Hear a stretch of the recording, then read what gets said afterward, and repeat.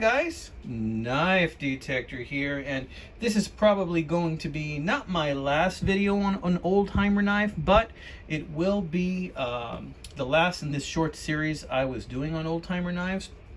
I wanted to cap it off with this one, and I want to have a discussion as well.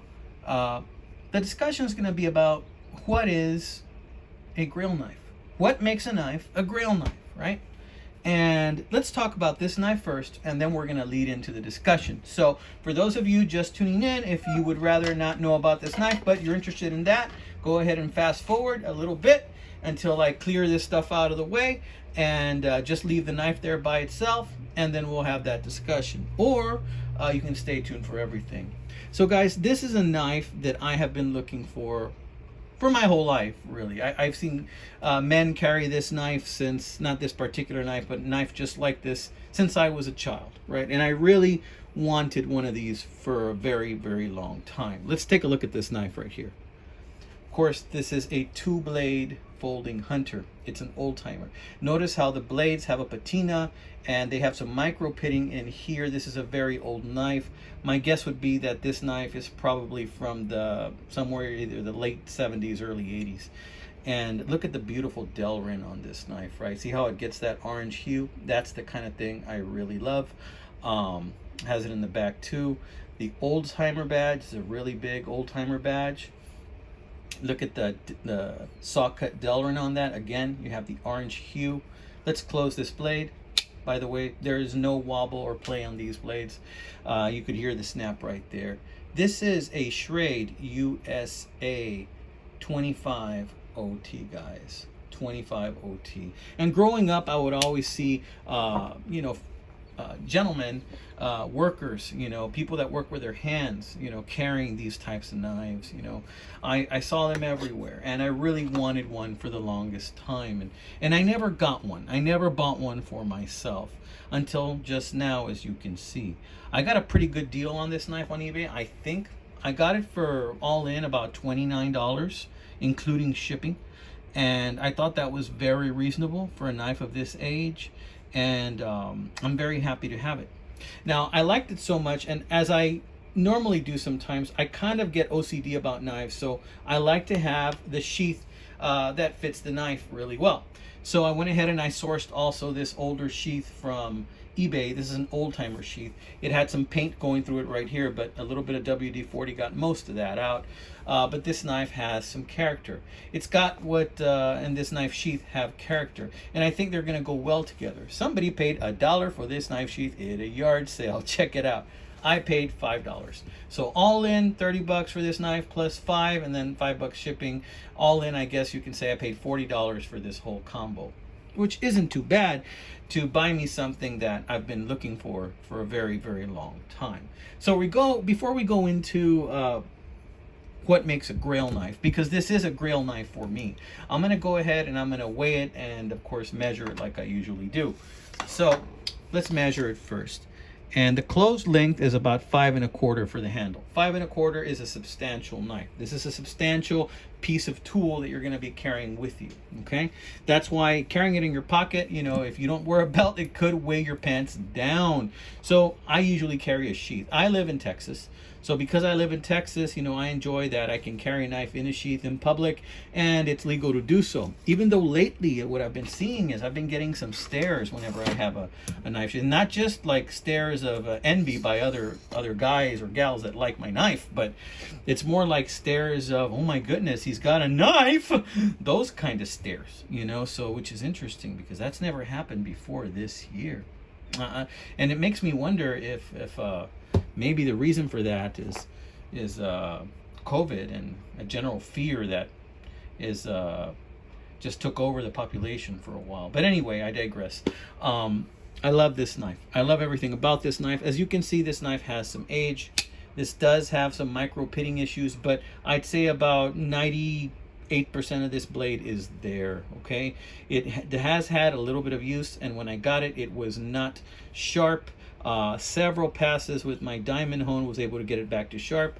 Snaps open, and it snaps closed. Of course, this knife was made mostly for hunting. right? And it is a 2-blade folding hunter. Beautiful snap on this knife. You got your nice brass liners, carbon steel blades, beautiful classic Delrin that I really like. Love that orange hue. Nickel silver bolsters. It's just a beauty, right? It didn't come with this. I added this to it, and I don't know why, but I just couldn't really find any paracord that I really liked, and I happened to have an old shoelace from some boots I had, some work boots I had lying around. So I cut up the old shoelace that I wasn't using because I recently replaced the shoelaces on some old boots I have, and I kept it because I thought I could one day make a knife lanyard for it that would fit it pretty good. So I decided to do this little snake type tie on this shoelace, and I tied it off here, and you know what? It just works great. So we're going to move this out of the way now, and we're just going to leave the knife, and then I'm going to lead into the other short discussion that I'm going to have if you care to stick for that. It's kind of a little philosophizing, you know. El Profesor EDC, Professor EDC, he likes to have philosophical discussions on knives, and you know, I generally don't, you know, but in this case, you know, I think I'm going to go ahead and have one. You know, what makes a Grail knife, right? What makes a knife a Grail knife? And I've been thinking about this for quite a while, and one of the things I can come up with, and maybe the only thing, is that the knife is unobtainable. It's a kind of unobtainable and something that you long after, but for some reason or another you're not able to obtain it. That may be the thing that makes a Grail knife. However, the unobtainability has lots of realms to it. For example, a knife may be unobtainable simply because it is too expensive. That's one of the reasons why a knife may be unobtainable. And usually the common definition of a Grail knife is that a knife is just so expensive that you hope to one day own it and be able to afford to have it. And so most people use that as the definition of a Grail knife. But here's another point of view that I'm going to introduce to you. Let's say that somebody really wants a knife, and it's not so much that it's unobtainable because it's expensive. It's just that you don't find them anymore. You don't see them anymore. I've talked about one of those knives, a made in Japan large folding single blade hunter, Eureka, that I don't see them anymore. I've only seen two, and those two that I've seen I've bought. So and I sold one and regretted it, and I still have the better one. And it was a Grail knife for me for 2 years. I was looking for it like crazy. And how much did I pay for it? About 20 bucks. But the thing is I love that knife so much, they just didn't make it. And I guess they didn't make that many of them, that there were nowhere to be found. It's not a matter of price. It was more a matter of availability. And that is one of the things that made it a Grail knife. Now, let me throw you this number 3. We talked about how price may make it unobtainable. The fact that it's not available may make it unobtainable. But this particular one right here has been available my entire life. I could have bought it pretty much at any point in my life. So what makes this knife my Grail knife, or a Grail knife for me? Well, the thing that makes this knife a Grail knife for me is that I always hesitated in buying it. I didn't want to buy it. I saw it, I came close to buying it so many times, and then until recently I bought it. So what was keeping me from buying this knife? This is what's keeping me from buying this knife, or what was keeping me. I did not want to buy this knife because I knew that once I bought this knife, the hunt would be over. The hunt would be over, and then I no longer would have the ability to look at this knife on eBay, or to find one of these knives on Etsy, or to look on another website and look for this knife and then dream about it. To dream about owning it, having it, using it, wearing it, just like I would see people wear it when I was a kid. And I have that really strong connection when I was a kid. And so because I saw it everywhere, I kept thinking, if I finally do pull the trigger on this, if I finally do buy it, then that wonderment, that amazement, that excitement, that feeling of looking for something for a long time and then wanting it and getting it, the thrill would be gone, right? So now I have it. I finally bought it, pulled the trigger, bought a sheath for it that I thought would fit it perfectly, and it does. And I am very happy. But the problem is, now I'm no longer going to hunt for this knife. And yes, I know there are other specimens of this knife. There are knives in much better condition than this, and knives like this in much worse condition than this. And I could go find other knives like this, but this is the one that I had wanted because it does show wear. It does show its age, and I like my knives to show their age. Someone else put their heart and soul into this knife. This knife has a soul, and that's something I'm going to talk about in a future video. But someone else used this knife, and this knife was a part of someone's life. So a little bit of that someone is in this knife. Not mine, somebody else's. Someone was a caretaker of this knife for many years, and now it has been passed on to me, and it is mine, and I will take care of it my way, and I will use it my way. So I guess what I'm trying to say is that for me, a Grail knife isn't necessarily something that's so expensive that you just can't get it because of the price. It's not just something that you can never find because they didn't make that many of them. For me, a Grail knife may also be something that you don't want to buy, because once you buy it, then the hunt is over.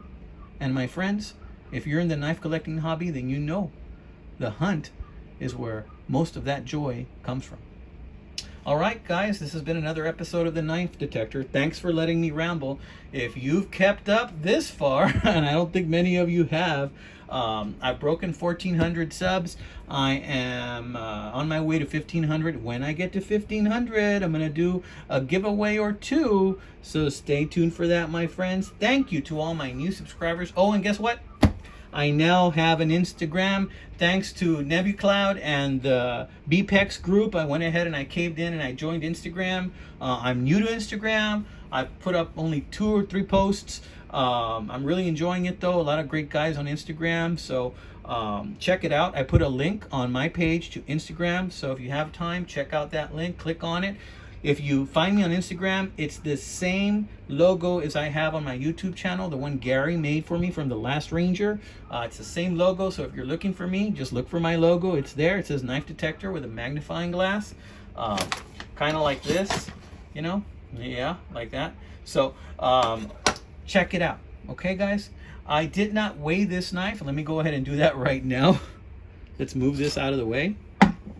And just so you get an idea of how much one of these bad boys weighs. I think it's pretty accurate because it hasn't really lost much steel. Let's see.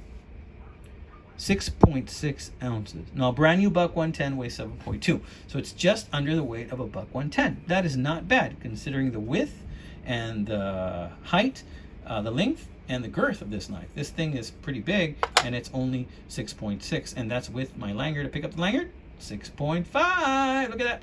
Lanyard. 6.5. Okay, 6.6. All right. So that's been another episode of the Knife Detector, guys. I hope you liked it. I hope you dug my episode, my philosophy, my philosophizing, my rant on a Grail knife. So have a good one, my friends. Take care, amigos, and God bless.